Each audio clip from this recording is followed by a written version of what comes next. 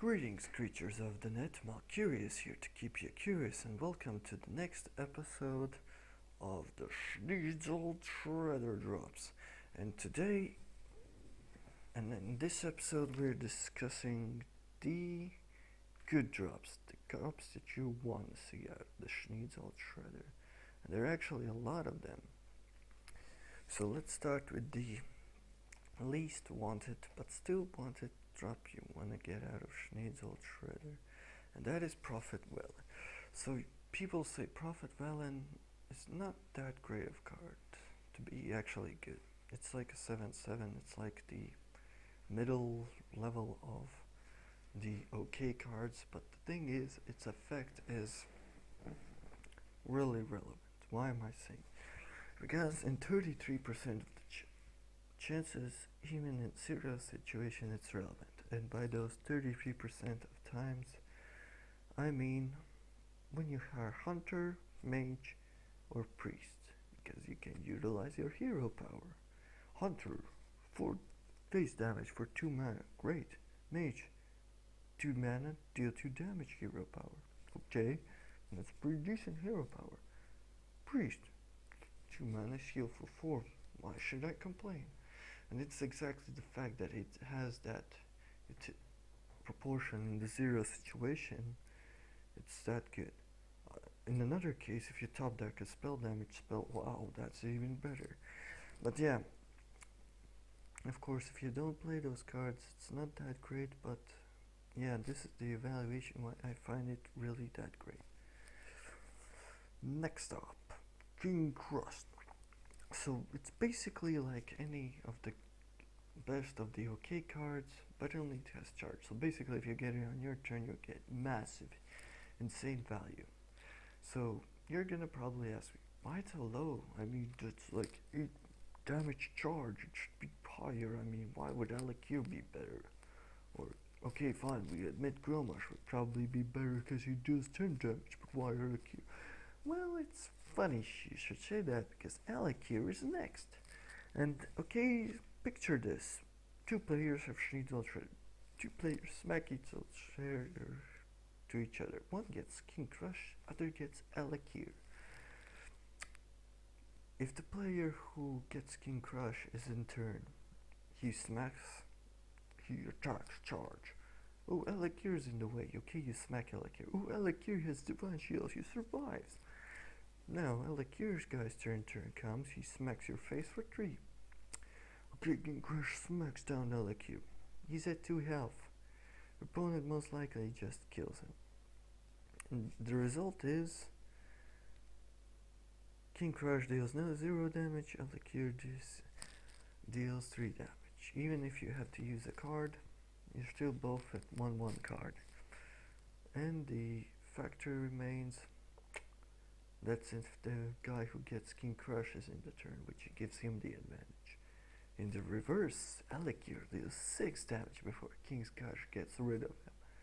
And King Crush will still die and not dealt any damage.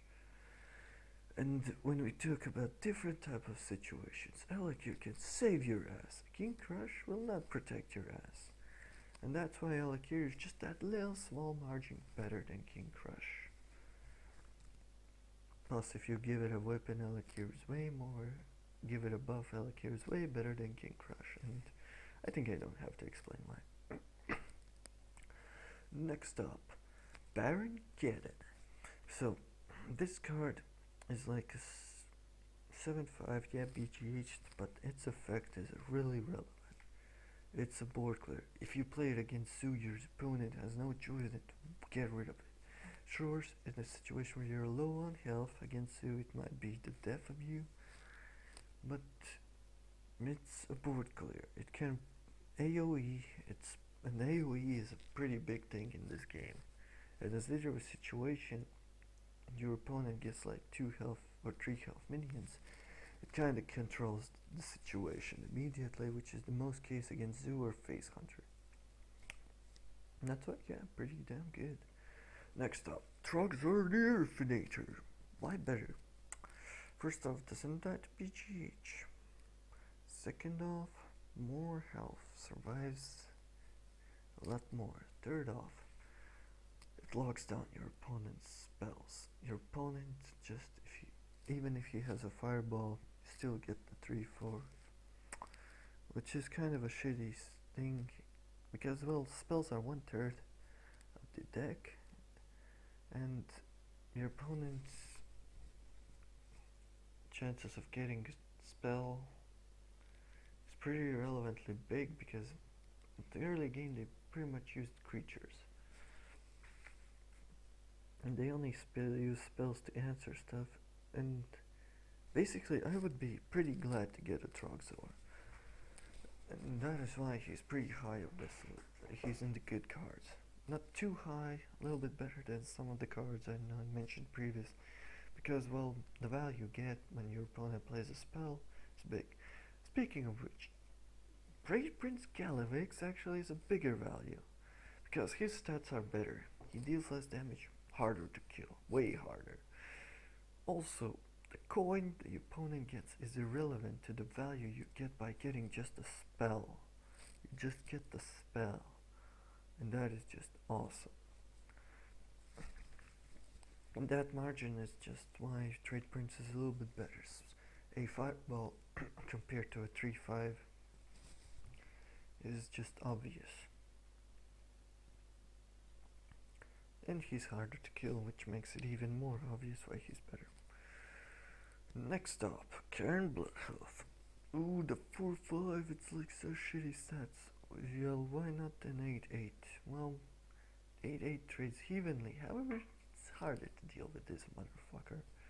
Yeah, it takes less creatures, but he survives for a longer period, which makes him pretty good in a 0 situation. If your opponent top decks a removal, yay, he still has another 4/5, which would be a different case if you have a big creature. Next up is Foe Reaper 4000. Now this card, in a 0 situation, it seems like okay, but why is it good? It's really good in the minus situation. It's when your opponent has multiple creatures and you get Foe Reaper. Oh, I'm just gonna make a 0 situation on it, which is insanely great value. It's like value. In the minus situation, this card is value, and based on the deck which you playing a Sneed Shredder in, you basically will probably at least 60% of the time be in a disadvantage. Because it's a control deck, it can be in a shittier situation than the opponent's deck, and which is Foe Reaper is a game changer. It's because Foe Reaper is a game changer, it's so high in the list. Number 15, Mechanier Turboplug. So basically it's a way house to a little bit slowly in a 0 situation you control, take control and kill the opponent. Foe Reaper fights, you will still take damage because of the Leopard Gnome, because you still have to ping, like Foe Reaper versus this. Foe Reaper dies, you get a Leopard Gnome and your opponent pings down, yes, but you still get a Leopard Gnome, it snacks, you deal 2 damage, you ping down Leopard Gnome, but you still deal another damage. 2 damage, which is 4 damage. Value bigger than Foe Reaper. But in other cases, you just slowly kill your opponent. Gruul, on the other hand, is way more dangerous because he gets health. And by the fact that he gets health, he slowly builds up the damageness that Mechanier would have, but it's harder to take care. Like Mechanier, it's like 2-3 turns for your opponent to get rid of. For Gruul, it's 3 turns without hard removal, if not more, if your opponent gets crappy minions. And that's why Gruul will have way more damage input into your face.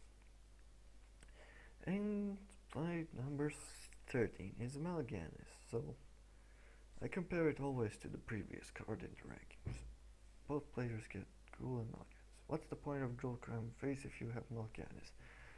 Well, you have to either go into the Mal'Ganis, or you're like, maybe I can have Gruul stand for a few turns. Like, well, that is not a solution. Morganis will strike your face and Ghoul will not strike your face. So you have to trade in. But in the case where Morganis is first, and gets the first chance to attack, you already deal 9 damage.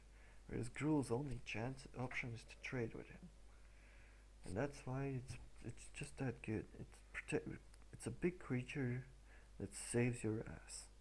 I mean, so many cases where you get Mal'Ganis and you're saved. That's why it's so good. It's 13 by far. And your cards just don't come close. Malygos.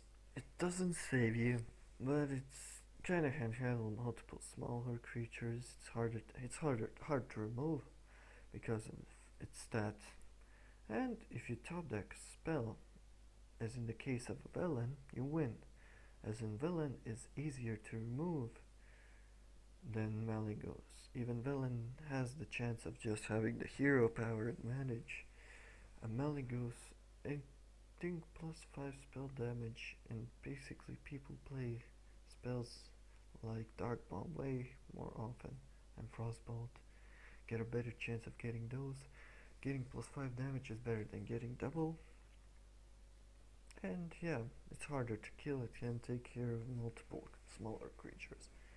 Yeah, pretty good. A card that is really value in itself, Cro-Magus. So yes, it has a drawback that big creatures just kill it and even survive. Well, if Cro-Magus just survives one card draw, it's worth it. It's so freaking worth it. It's like freaking value. Even if your opponent kills it and has a big creature, the card may as well be, I don't know, Fireball or Frostbolt, which kills that big creature anyway, and you still have another Frostbolt. And that's good enough. That's why Cro-Magus is just insanely big value if it comes out. Especially if it's at the opponent's turn, you immediately get the value. If in your turn, well, okay, then it's sad. You get it and you get double Tyrion. You won at that point in a 0 situation. You pretty much won it. Or rag, double rag. Any creature 5 or more costs in double, you won. And it's just that great. So there are still a lot of good cards to discuss. Like the top 10 is the next video, which includes the top 3 cards, which are the dream. I counted, but I decided let's make the top 10 list of Sneed's drops in the next video. So far the good cards. If you agree, disagree, leave your comments below, and bye bye.